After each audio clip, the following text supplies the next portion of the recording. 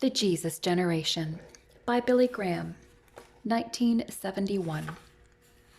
Chapter 1. The Changing Scene. A few months ago, a fiery-eyed, long-haired, radical young postgraduate student stood beside me at a hotel window high over New York. The panorama of the city lay before us. To our right was the magnificent splendor of high-rise office and apartment buildings where some of the world's most affluent citizens work and live. To our left lay one of the nation's most publicized ghettos, which stabs the conscience of any American willing to take even a superficial look. The young man beside me was all business. His outstretched hand pointed angrily at the glaring contrast which these polarized lifestyles present. His voice was filled with hatred and bitterness as he said, "We're going to burn it all down and start all over again." "What are you going to rebuild in its place?" I asked. He had only illogical answers filled with Marxist cliches. This was only one of many experiences that I have had with radical young student leaders. I have tried to understand their frustration. In fact, I share their frustration when I see injustice on every hand. Deliberately, I have visited the slums of our inner cities, attended, incognito, several rock festivals, protest gatherings, and love-ins. I have had innumerable confrontations with activist students on dozens of university and college campuses. I have talked at length with leaders of a variety of factions, and I believe I have acquired a new understanding of the discontented young. Granting that your world is a bad scene, remember that my generation also suffered. We came through the Depression and World War II. Hardship and death made us determined that our children would never have to go through another depression or another war. In pursuit of that goal, we chose the wrong means. Instead of turning to spiritual values, we turned to materialism. We collected things, hoarding them against want, constructing an affluent way of life that no one in the world had ever known. Technology burst upon us, and we began to step higher and faster. By the millions, we sent you to colleges and universities. Then we bought you cars and stereos and trips to Europe. The future is yours, we finally said. We're getting tired, and it's time for you to take over. And you threw it all back in our faces. Astounded and hurt, we asked what you wanted. You said you wanted a world without hunger, without war, without corruption, without hatred, without discrimination, without pain. And you wanted a world most of all without discipline. Agreeing with your dreams, we asked how you would bring about these miracles. Your answers to this day have not been very intelligible. And so throughout this once smiling land, parents and teenagers began to face each other across millions of dinner tables, glaring or shouting, utterly unable to communicate. As you pursued your freedom, we saw a spiritual vacuum developing as you turned to cults, drugs, and permissive sex. We did not approve, and most of us still do not understand. But some of us accept by faith your statement that this is your answer to the oppressive materialism that you inherited, that it is the only response you can make to the establishment's failure to correct its mistakes. I say there is another alternative, which already some of you have understood and grasped. It is faith in Christ. But more of that presently. What we who are over 30 have seen clearly is your lack of a viable philosophy on which to build a rewarding life. Because of this lack, we saw how small band of radical leaders exploited you, and how you swallowed whole bits and pieces of the cant offered to you in university classrooms by radical intellectuals masquerading as college professors.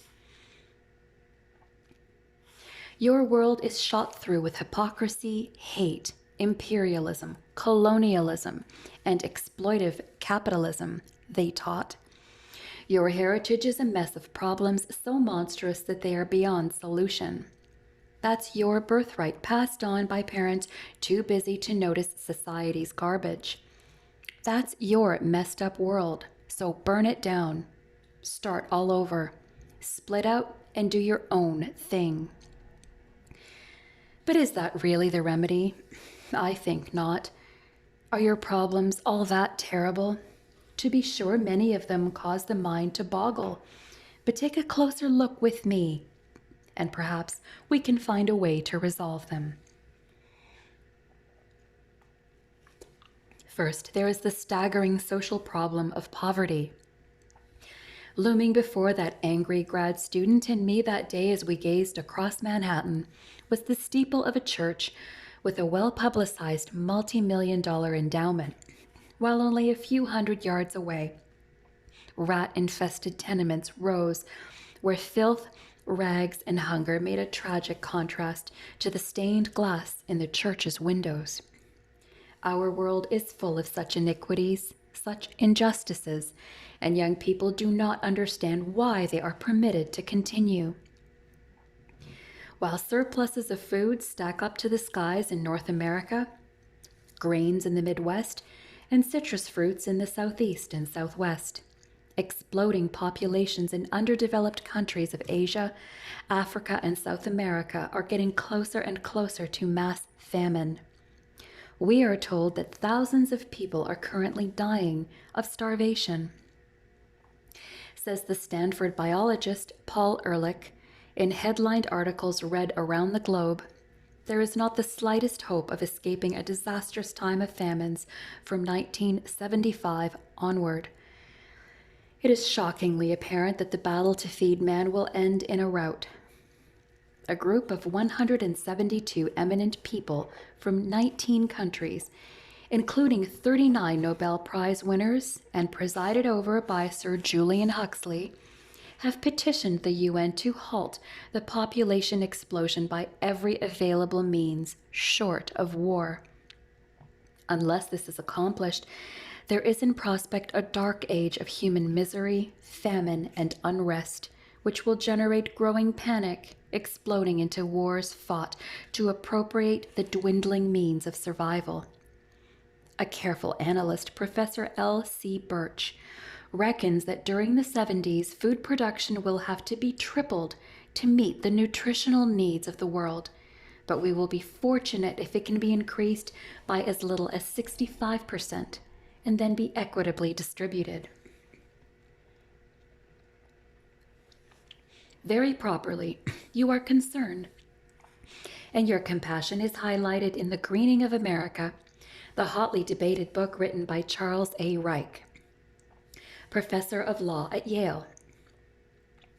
Young people see clearly, he asserts, a society that is unjust to its poor, its minorities, is run for the benefit of the privileged few, lacks its proclaimed democracy and liberty, is ugly and artificial, destroys the environment and the self. Old people shunted into institutional homes, streets made hideous with commercialism, the competitiveness and sterility of suburban living, the loneliness and anomie of cities. The ruin to nature by bulldozers and pollution, servile conformity, and the artificial quality of plastic lives in plastic homes. Then there is the even more complex problem of pollution. 5 years ago, words like pollution were on the fringe of our vocabulary, and few of us knew the meaning of ecology. Today, custodians of our natural resources are almost unanimous in warning that unless our atmosphere, waters, and cities are redeemed and cleansed, life on this planet may not survive the 70s, let alone the century. Millions of youth joined Professor Arthur Naftalin of the University of Minnesota, a 4-time mayor of Minneapolis, who is disillusioned with our technocratic society, which instead of feeding the world seems to be retrogressing into the production of pollutants that are about to choke us all to death. Deep inside us, we sense the ultimate horror of another kind of pollution. This is that dangling sword of Damocles called a thermonuclear device. The ghost-like character of this development lies in its apparently compulsory trend, reasoned Albert Einstein, one of the fathers of the bomb, adding, "Every step appears as the unavoidable consequence of the preceding one. In the end, there beckons more and more clearly general annihilation." You young people who were born into the nuclear age need no convincing that it is a stark and ever-present reality.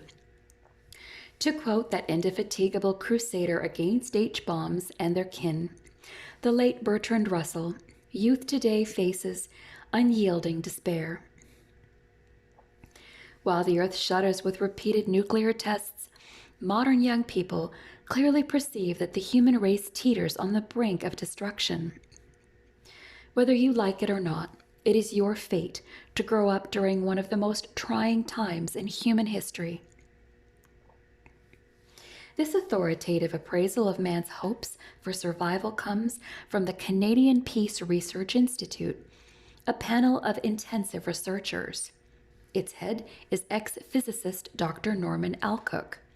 This distinguished and dedicated scientist, who has thought of little else for 10 years than how to avert nuclear engagement, concludes that war is inevitable, that there is not a ray of hope that it can be avoided.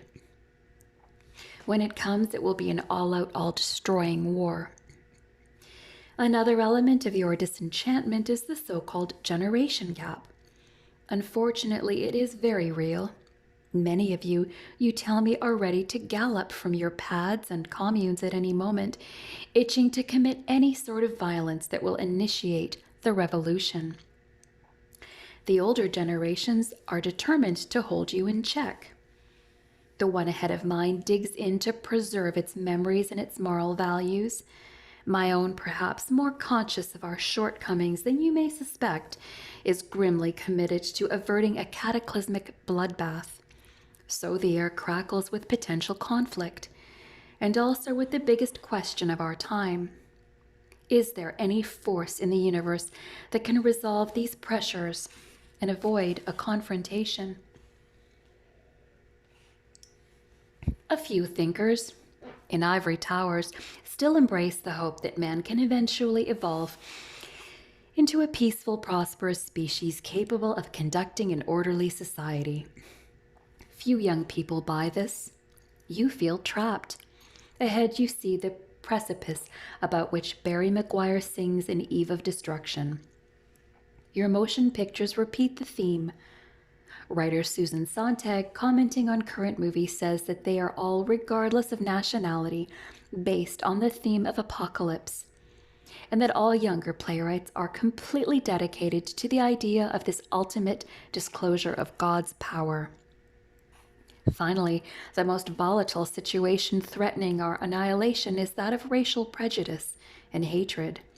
A famous clergyman has recently stated that we are likely to be exterminated by a racially incited war before the end of this century. Ray Stevens sings desperately that all the children of the world, red and yellow and black and white, are precious in God's sight. Jesus loves the little children of the world, he chants. But little love seems to be lost between the races at this inflammatory moment of history. Go with one of my team members, with a reporter, or with a social worker to any American city, and you will see the tension between blacks and whites. I had thought a few years ago that our tensions were decreasing. I've changed my mind. Tensions may be increasing, especially in our great northern cities, where people are pressed together, rubbing elbow against elbow. James Meredith, the highly publicized black man from Mississippi, has recently moved back to Mississippi from the north, claiming that the racial situation is much better in the south. However, the racial problem is not limited to the United States. It is a worldwide phenomenon that illustrates the deep divisions within the human race.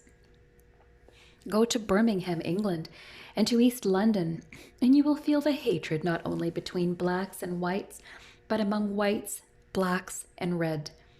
Go to the longest frontier in the world, which joins China to the Soviet Union, and the static of hatred crackles back and forth like streaks of lightning between white communist and yellow communist.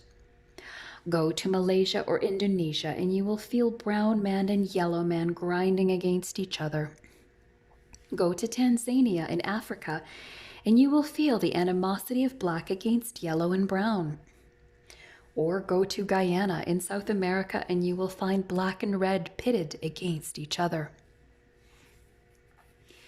Even within races, there are bitter ethnic, political, and religious hatreds, all emitting sparks which a little fanning can ignite into a conflagration. Go to the Middle East, and it is Arab against Israeli. To Ireland, it is Catholic against Protestant. To Cyprus, and it is Greek against Turk. To Canada, and it is Quebecois against Anglo-Saxon. To South Central Asia, and it is Hindu-Indian against Muslim Pakistani. To Belgium, and it is Walloon against Flem. To Berlin, and it is West German against East German. Arnold Toynbee, the British historian who has studied every world civilization, soberly cautions that the present worldwide discontent and unrest will become more acute and will express itself in worse and worse outbreaks of violence. In fact, he says, I would expect to see local civil wars take the place of a third world war. Under these conditions, can the young expect to enjoy a secure life? Recently, I talked to the Prime Minister of a European country.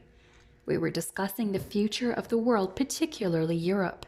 He said, the problems we face seem insoluble. I am not sure we have much of a future. Buckminster Fuller, the distinguished futurist, says we have less than a generation in which to clean up our global mess. I say we have less, maybe a decade. An editorial in a London newspaper says, New York City may be ungovernable. Another editorial says America is coming unglued. Our last three presidents in America, President Kennedy, Johnson, and Nixon, have warned in speech after speech of the dangers that lie ahead for the future generation unless we can somehow resolve our problems. Kennedy said, no man entering upon this office can fail to be staggered by the enormity of the trials through which we must pass in the next few years, and time is not on our side. Why is man so perverse? I believe it is because he is afflicted with a spiritual disease called sin, and cannot act rationally long enough to save himself. A British Prime Minister commented that man's ultimate terror is not really the H-bomb, but the human heart. War was in his heart, said the ancient psalmist. Please see Psalm 55, verse 21. Leighton Ford relevantly asks, what is wrong with the world when on the same day our newspapers carried front-page stories of man's first flight into space and of the trial of a man in Israel for his part in the murder of millions of Jews? What is wrong with the world when promises are not enough and we must have contracts? When doors are not enough and we need locks? When laws are not enough and we need police? What is wrong with the world when education has dispelled so much ignorance and raised the literacy rate, yet the worst wars in history have been fought by the most literate nations? What is wrong with the world when government and labor and business produce an affluent society, but cannot cope with the spiraling rate of crime, suicide, drug addiction, and moral breakdown? Such accusations don't tell the whole story, but they are true enough to hurt and to make us wonder if we have become hopelessly insensitive and inept. During the days of the Renaissance, Pico della Mirandola wrote that man is the most marvelous thing ever seen upon the stage of the world. What has happened to that man? He stands in ruins, it seems surrounded by the artifacts of his brilliant competence. He is cursed with a flaw, a defect in his makeup, so that whatever he undertakes to do, he succeeds only in corrupting. He progresses upward and downward at the same time. He invents gunpowder only to shoot himself. He invents the airplane and then bombs himself. He invents the thermonuclear warhead, which now is poised to exterminate him. Essentially, man is the same today as at the dawn of history, when God saw that the wickedness of man was great in the earth, and that every imagination of the thoughts of his heart was only evil continually. Genesis 6, verse 5. Karl Marx defined man as a producing animal, but never recognized him as morally afflicted. Filled with greed, lust, and hatred. This is the fatal flaw of the communist system, as it is of the capitalist system.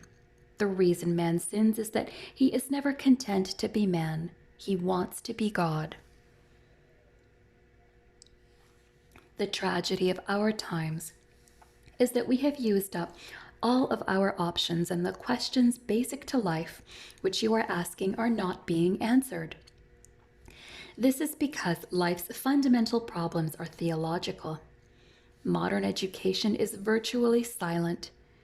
Our educational establishment has been brainwashed into thinking that its job is to educate the mind and build the body, but to leave untouched the deeper questions which are essentially spiritual. Some professors venture to say honestly, we don't know. Only a small minority of biblically oriented professors and their students are providing authoritative answers. Happily, their number is beginning to grow. Unfortunately, millions have already joined the army of despair, agreeing with Hannah Arendt, the political philosopher, that the country seems to have fallen under a spell and nothing seems to work anymore. I am very pessimistic. An engineering student told me, I feel like a ship at sea without a rudder during a hurricane. Where is there a safe anchorage for this student? Where is your safe haven at this critical time of life when you seek true values and authoritative answers? Lacking a sense of settled purpose or a grasp of the meaning of things, your emotions are apt to run riot. One day you feel that you can lick the world, but the next day you plummet to the depths. No wonder the psychiatrists are overworked. I think I understand. Though the pressures of my generation were great, yours are greater. As you well know, your condition bears a name. You don't like to hear it because it smacks of immaturity, which you resent. Psychiatrists call it adolescence. Its characteristics are boiling emotions, mercurial moods, and frequent attacks of frustration. It comes, experts say, from today's requirement that your brains be stuffed with the knowledge for about 10 years more than was formerly the case. In the medieval world, young people became full-fledged citizens in their early teens. Of this violation of nature, I shall have much to say in the chapter entitled The Sex Hang-Up. If you are from 15 to 22 years old, the U.S. Census reports that you now number over 30 million. You're probably still wrapped in educational swaddling clothes and taking subjects under the general heading of preparation for life. The trouble is, you believe you are ready for life. Ideals? You have bales of them. You see men dying in wars around the world. You see crime, disease, and violence in cities, suburbia, and country. You see diseases unhealed and hunger unsatisfied. Why, you ask, and no one answers. Already, many of you have moved from what Professor Reich of Yale calls Consciousness 1 and Consciousness 2 into the state of consciousness he calls Consciousness 3. Consciousness 3 people are determined to build a better world. but you are powerless, as you soon discover. You are shackled by financial, social, and familial check reins. What of your elders, your models, to use the psychological designation? Among the adults you know, you find few guiding principles that you can adopt, and this is confusing and infuriating. You require a firm foundation. You seek a positive goal. Given it, your intuition tells you that you may have a chance to fulfill your destiny. I see that you are impatient, and I do not counsel patience. I see that you are angry, but I do not urge calm. Those qualities, patience and calm, are priceless in support of the right cause. Instead, I ask that you read through these next chapters and borrow from them the formula that has changed millions of lives. I say that you will have your chance to change the world. I say that you can succeed in your dreams. I pray that you will succeed as no other generation in history has succeeded for several reasons. Because you have a better education. Because you are brighter than earlier generations. Because you are healthier and will live longer. Because you and your friends by the thousands are discovering Christ. When I was your age, I felt almost exactly as you do. As a teenager, I had a rebellious heart and mind too.